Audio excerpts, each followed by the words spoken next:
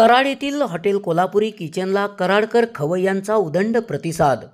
कोल्हापूरचा प्रसिद्ध तांबडा व पांढरा रस्सा खाण्यासाठी कोल्हापुरी किचनमध्ये ग्राहकांची गर्दी।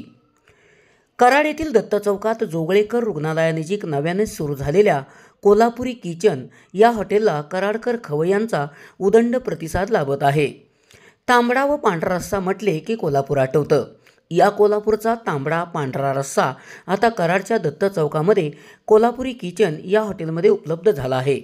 कोल्हापूरचे समीर पाटील आणि स्मिता पाटील यांनी कोल्हापुरी किचन या नावाने हॉटेल सुरू केले असून यामध्ये कोल्हापूरचा प्रसिद्ध तांबडा पांढरा रस्सा याबरोबरच शाकाहारी जेवण उपलब्ध करून दिले आहे।